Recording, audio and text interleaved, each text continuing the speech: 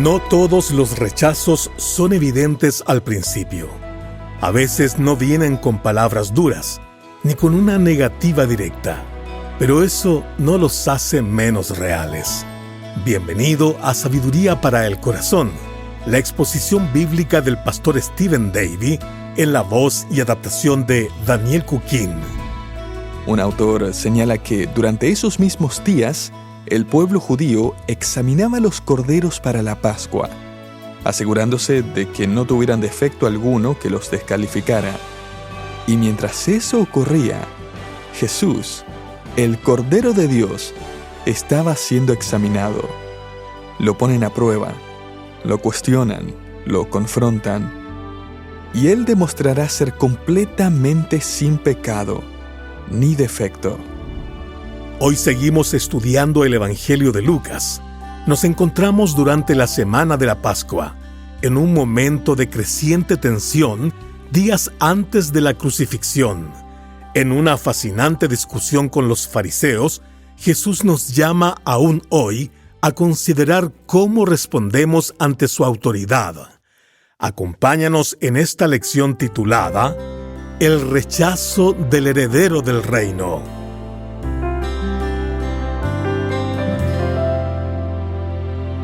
No sé si te ha pasado, pero es raro que me rechacen una invitación a la iglesia. O sea, no recuerdo que me hayan dicho alguna vez, no me interesa. Y mucho menos, no, yo nunca voy a ir. Ahora, eso no significa que cada persona que invito viene a la iglesia. De hecho, la mayoría nunca viene. Normalmente, cuando extiendo la invitación me dicen cosas como, oh, muchas gracias, luego te digo, o déjame ver, o tengo que revisar si ya tengo algo planeado ese día, pero te confirmo. Y bueno, nunca confirman. Nunca vienen. De igual manera, no hacía falta que confirmen, porque ya todos sabemos lo que eso significa.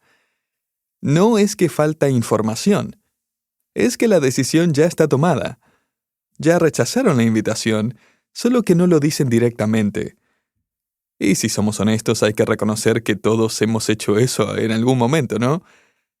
Un conocido te dice, deberíamos ir juntos a tal lugar, o deberíamos organizar una junta con el grupo de exalumnos. Y uno dice, sí, sería bueno. O seguramente te ha pasado que le pides ayuda a alguien y te responden, sí, voy a tratar. Ya sabes lo que eso significa. Bueno, algo parecido está ocurriendo en Lucas capítulo 20. Los líderes religiosos vienen a hacerle una pregunta a Jesús, pero ellos no están buscando una respuesta. Ellos ya tomaron una decisión. Aquí no falta claridad. Lo que falta es disposición para responder con honestidad y aceptar la verdad. Su pregunta solo es una excusa para confrontarlo. Lucas 20 está lleno de preguntas y respuestas, y de hecho, algunos estudiosos de la Biblia llaman a esta sección el Día de las Preguntas. Encontramos la primera de ellas en los versículos 1 y 2. Aconteció un día que, enseñando Jesús al pueblo en el templo y anunciando el Evangelio, llegaron los principales sacerdotes y los escribas con los ancianos, y le hablaron diciendo, «Dinos, ¿con qué autoridad haces estas cosas? ¿O quién es el que te ha dado esta autoridad?»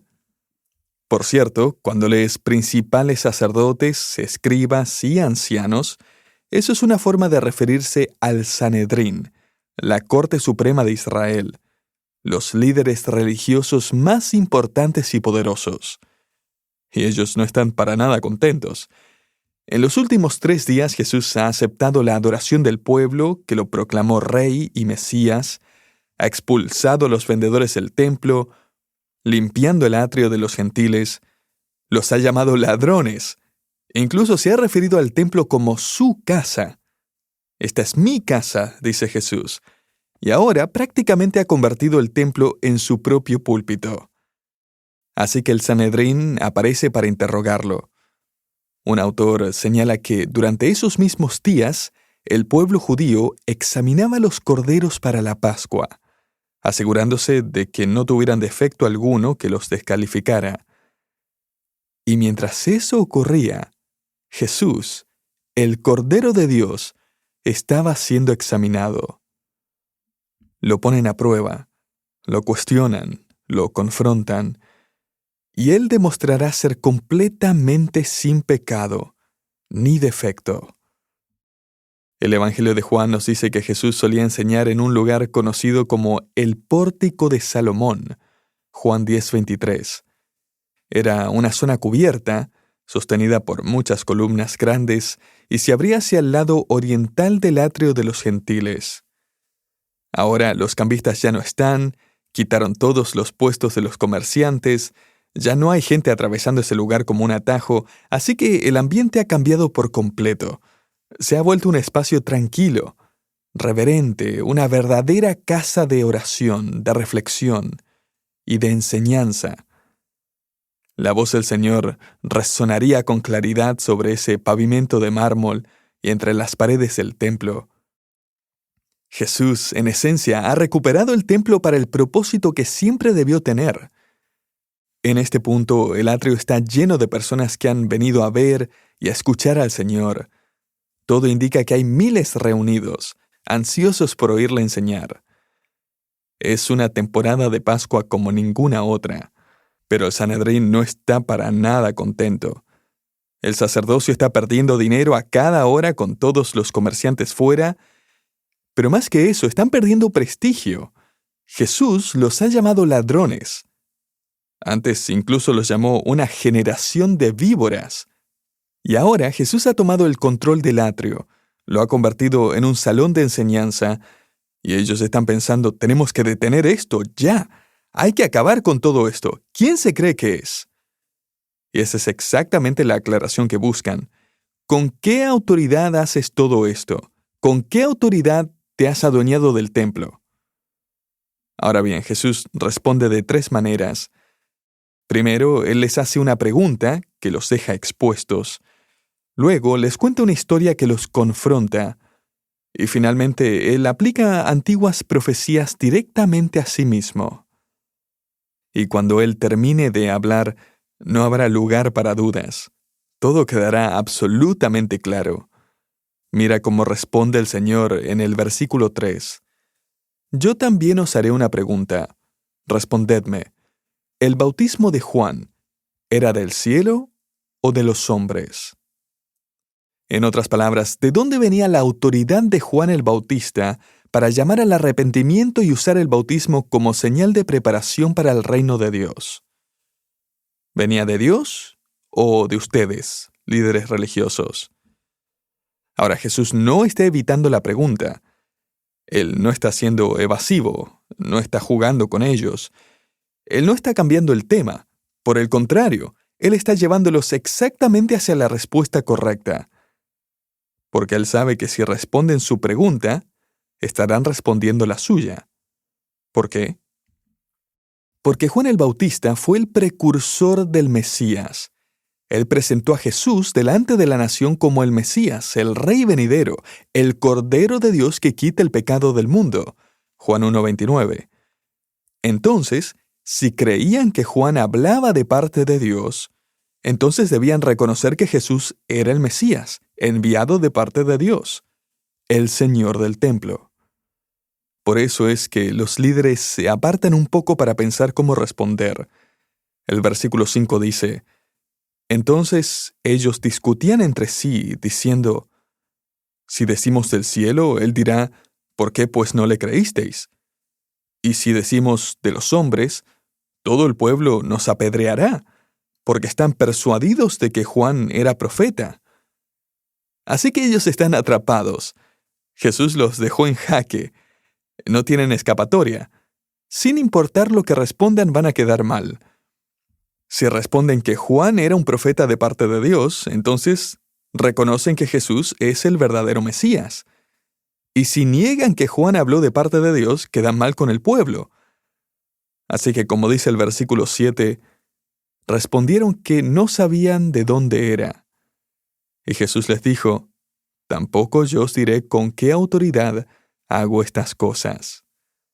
En otras palabras, Jesús no va a entrar en su juego. Así que en esencia el Señor ahora les dice, bueno, tomen asiento, dejen de interrumpir Y escuchen mientras les cuento a todos la siguiente historia. Versículo 9. Comenzó luego a decir al pueblo esta parábola. Un hombre plantó una viña, la arrendó a unos labradores y se ausentó por mucho tiempo. Detente un momento. Todos entenderían perfectamente este escenario. En Israel era muy común la práctica de arrendar una viña. De hecho, sabemos que alrededor del mar de Galilea había grandes propiedades que pertenecían a extranjeros que vivían lejos, pero que alquilaban sus viñedos a agricultores judíos. Así que esta historia no tenía nada de extraño, era algo bastante cotidiano. Pero hay algo aún más importante aquí. En el Antiguo Testamento, la viña era una ilustración muy conocida de la nación de Israel. Por ejemplo, el profeta Isaías escribió: «Ciertamente la viña de Jehová de los ejércitos es la casa de Israel». El salmista dijo acerca del trato de Dios con Israel: «Hiciste venir una vid de Egipto, echaste las naciones y la plantaste. Limpiaste sitio delante de ella, e hiciste arraigar sus raíces, y llenó la tierra». Salmo 80 del 8 al 9. No es casualidad que la vid se haya convertido en un símbolo nacional de Israel. Los racimos de uvas representaban la bendición de Dios sobre su pueblo. De hecho, hace algunos años se descubrieron monedas cerca del monte del templo, acuñadas más de 100 años antes del nacimiento de Cristo. Y en un lado aparece una palmera con la palabra Jerusalén, y en el otro, un racimo de uvas, en una vid. Pero hay una conexión más para tener en cuenta, y es que Jesús está enseñando en el atrio del templo, y si caminabas un poco por la plaza, podías ver la entrada al lugar santo. Esa abertura tenía casi 30 metros de altura. A cada lado había columnas, y sobre esas columnas se extendía una impresionante vid hecha de oro. Sus ramas y hojas estaban esculpidas en oro macizo. Los racimos de uvas, de casi 2 metros de largo, también formaban parte de esa estructura y estaban adornados con piedras preciosas. De vez en cuando, judíos adinerados contribuían para embellecer aún más esa vid. Algunos donaban oro para añadir otra hoja, otros agregaban una joya, o incluso un racimo completo de piedras preciosas. Esa vid simbolizaba algo claro, que Dios era el dueño de Israel. Él los había sacado de Egipto y los había plantado en la tierra prometida. Ahora mira lo que dice el versículo 10. Cuando llegó el tiempo, envió un siervo a los labradores para que le diesen del fruto de la viña. Pero los labradores le golpearon y le enviaron vacío. Bajo condiciones normales, el dueño habría enviado inmediatamente a las autoridades y esos labradores habrían terminado en la cárcel. Pero fíjate en la paciencia del dueño en el versículo 11. Volvió a enviar otro siervo, mas ellos a este también, golpeado y afrentado, le enviaron vacío. Volvió a enviar un tercer siervo, mas ellos también a este echaron fuera, herido. Por cierto, la palabra griega doulos, traducida como siervo, se usaba en el Antiguo Testamento para referirse a los profetas de Dios. Y la historia de Israel es clara. Los ignoraron, los maltrataron, los rechazaron, e incluso los amenazaron de muerte. Piensa en el profeta Elías, por ejemplo. Pusieron precio por su captura. La reina prácticamente le dijo: «Estás muerto», y él tuvo que huir para salvar su vida. A lo largo de los siglos, Dios envió a sus siervos y los echaron fuera. Y el Señor no respondió con castigo inmediato. Él siguió mandando mensajeros uno tras otro, dando una oportunidad tras otra, un llamado tras otro. Y ahora llegamos al versículo 13 que dice: «Entonces el señor de la viña dijo: ¿qué haré? Enviaré a mi hijo amado».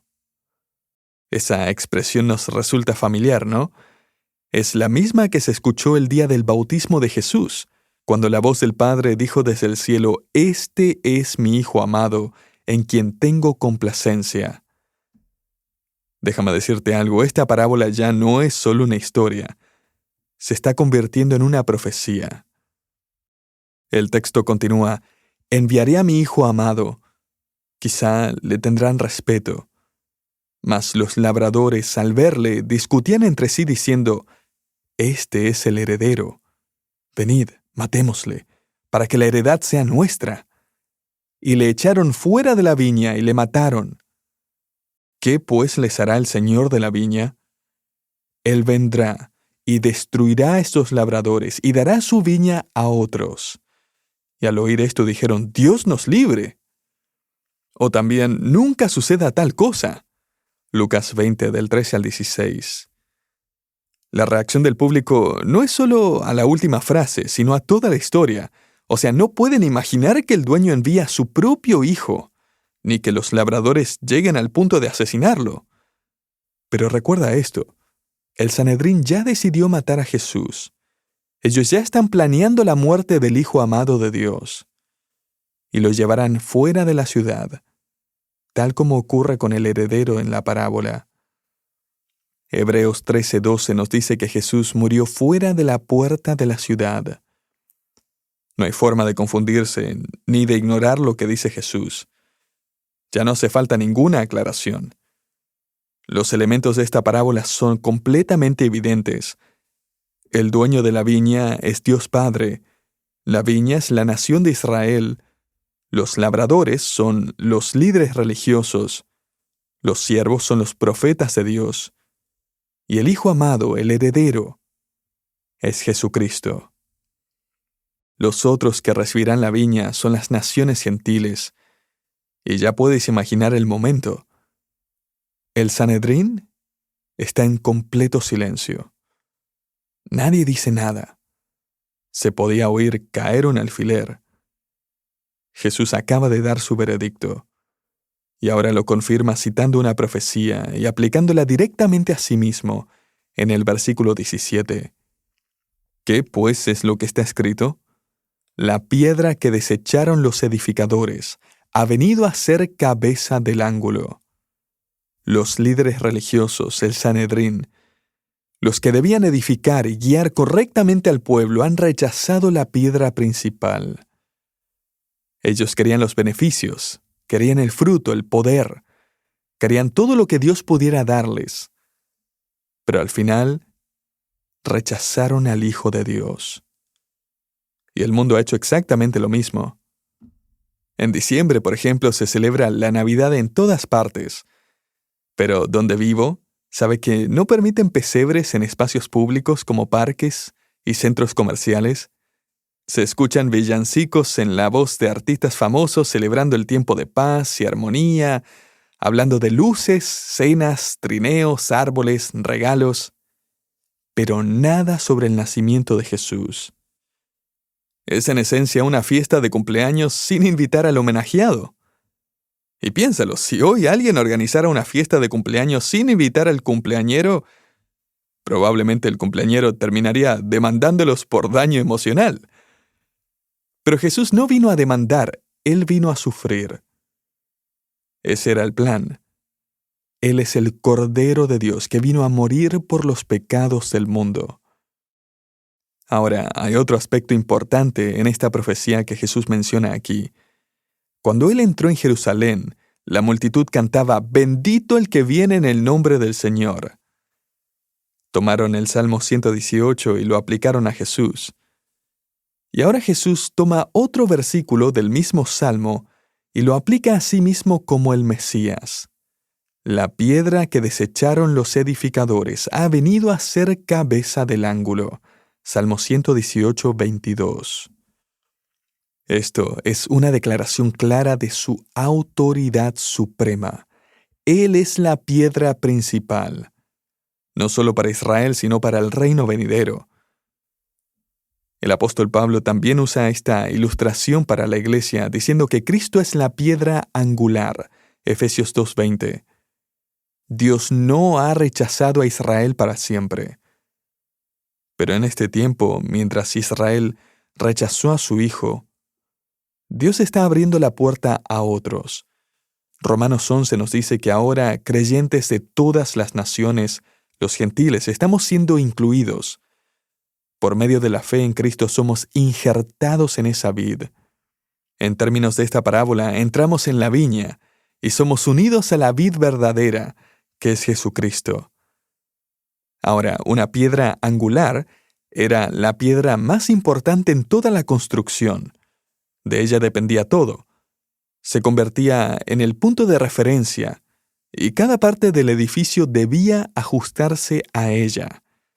Determinaba cada ángulo, cada línea, cada medida del edificio. En otras palabras, la piedra angular definía el estándar. Eso significa que Cristo es la autoridad final. Él es el estándar correcto. Él es la medida para toda la vida. Y con eso Jesús da una advertencia seria, citando otra profecía del Antiguo Testamento. Ahora del libro de Daniel.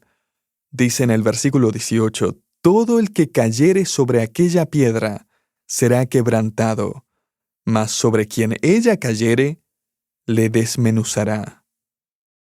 La palabra desmenuzar implica algo muy fuerte, ser reducido a polvo.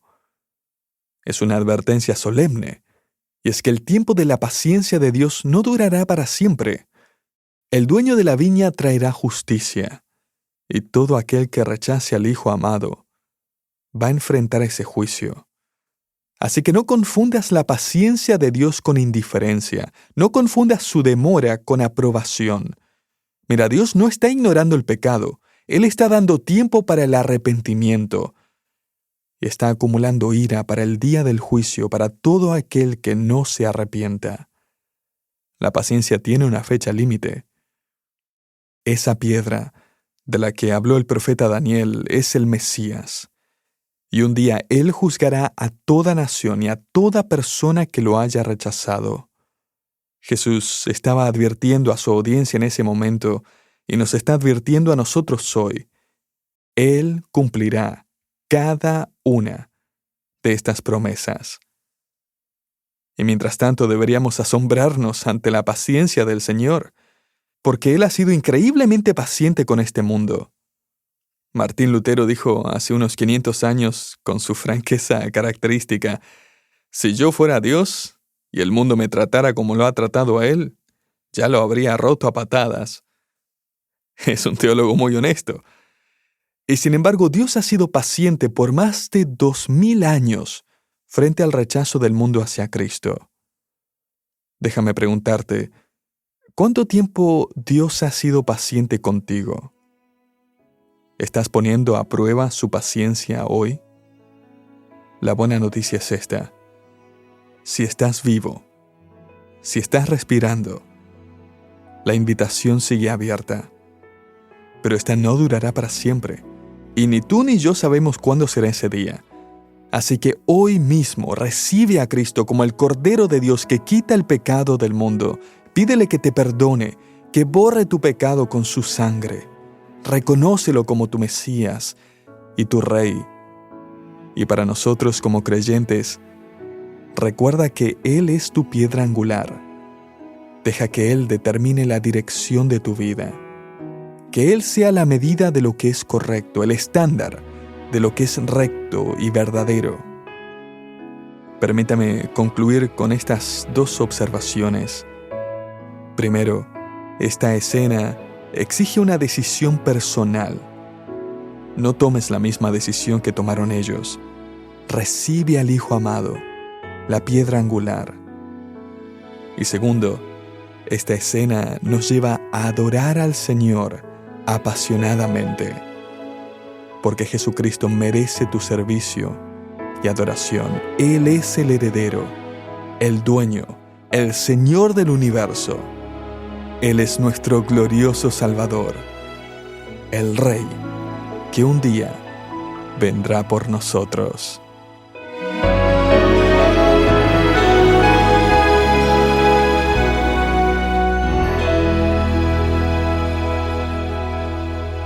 No basta con hacer preguntas correctas. Hay que responder correctamente a Jesucristo. Gracias por acompañarnos en Sabiduría para el Corazón, una producción de Sabiduría Internacional. Hoy estudiamos la lección titulada El rechazo del heredero del reino. Si este mensaje ha despertado inquietudes en tu corazón, queremos invitarte a dar el paso más importante. Visita sabiduriainternacional.org/evangelio, donde encontrarás una explicación clara de cómo aceptar al Señor Jesucristo, recibir el perdón de Dios y comenzar una nueva vida en Él. Mi nombre es Hugo Zúñiga y nos encontramos en el próximo programa de Sabiduría para el Corazón.